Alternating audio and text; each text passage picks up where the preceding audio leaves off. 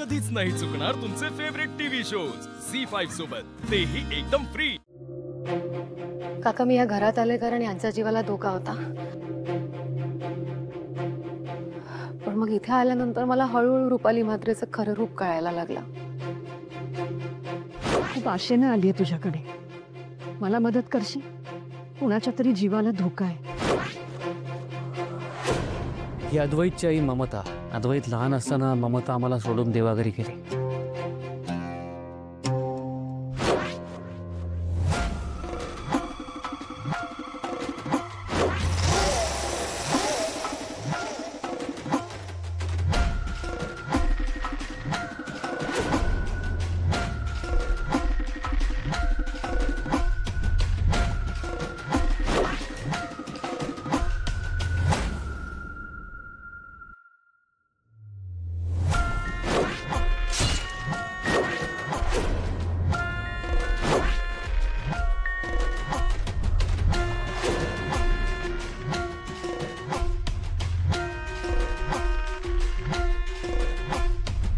या अख्ख्या घरात आता सगळीकडे फोटो लागणार, पण सगळ्यात आधी आता नेत्राचा फोटो लागणार। नेत्रा मरणार, तहान भुकेनी तडफडून तडफडून मरणार।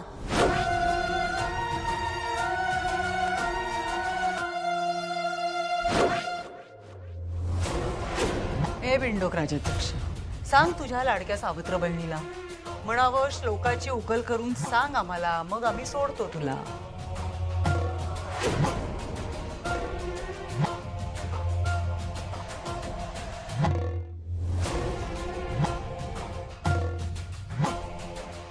सगळ्यांनी इथून जा, नाहीतर काकू नाही, पुढे आलात ना खबरदार, नाहीतर मी गळा चिरेन माझा।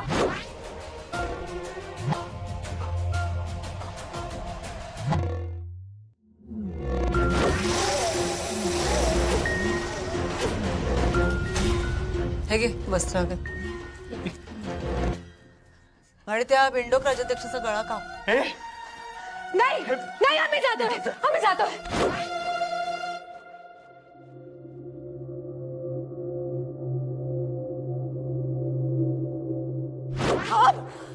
माझा अंश वाढतोय तिच्या पोटात, पण तो माझ्या समोर जन्माला यायला हवा।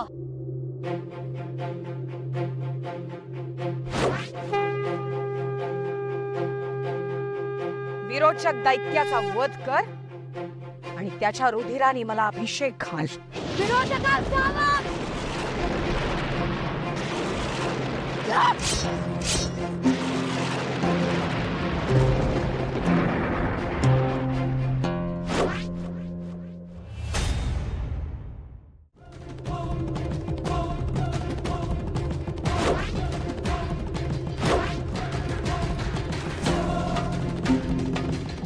शतग्रीवला हा आत्मा भेट देत आहे।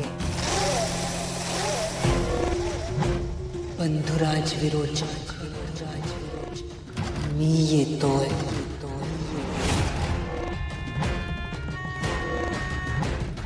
आता कळलं तुला शतग्रीव कोण आहे?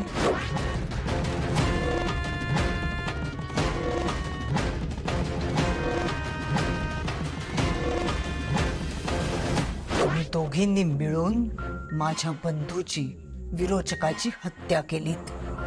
त्याचा सूड हा शतग्रीव घेणार। संपव तिला। अद्वैत ऐक माझा। खरा अद्वैत मी आहे, मारायला।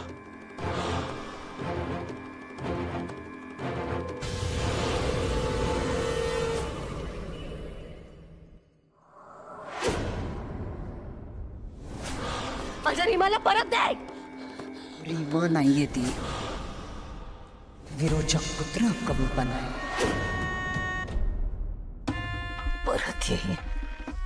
परत येईन मी।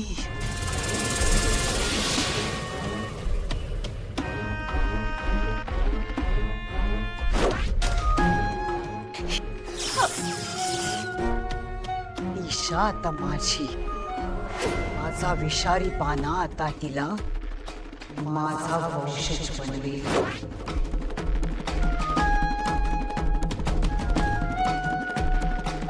आता तुझ्यावरची संकट जरी टळलेली असली तरी तुझी जबाबदारी अजून संपलेली नाही. आता वेळ आहे मैथिलीला आधार देण्याची. तुम्ही आमच्या बरोबर चला, पुण्याला या. थांब, मी तुला गाठणारच, कारण शतग्रीव होणं ही तुझी नियती आहे.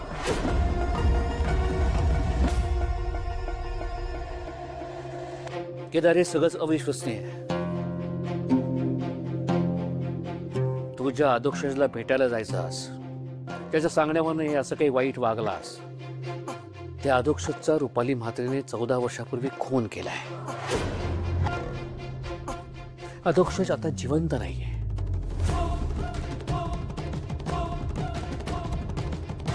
त्या अधोक्षजच्या बंटीचा ताबा शतग्रीव नावाच्या राक्षसानं घेतलाय.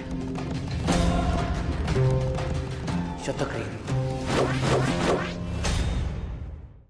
आणि या शतग्रीवाचं एकच ध्येय, मैथिलीला संपवणं. म्हणून आम्ही शतग्रीव समोर यायची वाट बघत होतो.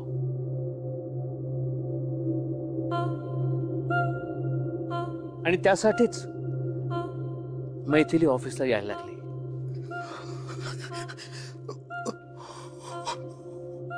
हो, त्यांनी मला सांगितलं होतं. मला मैथिली जिवंत नकोय. मी सांगतो तसं केलं नाहीस ना, तर तुझ्या डोक्याची 100 शकलं करीन, लक्षात ठेव. त्यांनी मला हे आम्हीच दाखवलं होतं की मी तुला राजाध्यक्षांच्या सगळ्या संपत्तीचा मालक करेन, असं सांगितलं होतं त्यांनी मला.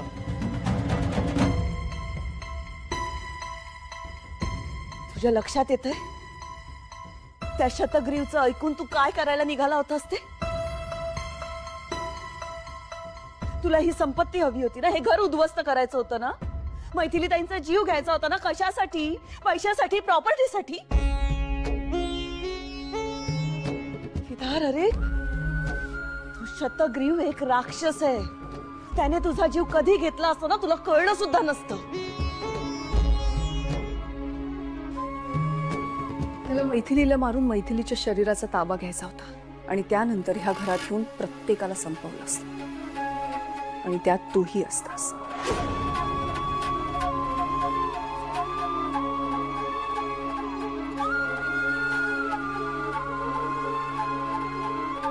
विरोचकाशी आम्ही सगळे मिळून लढलो होतो.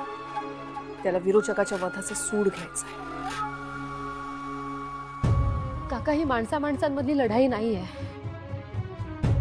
ही लढाई सूर आणि असुरांमधली आहे. आणि कदाचित हे कलियुगातलं देवी आई आणि राक्षसांमधला अंतिम युद्ध असेल.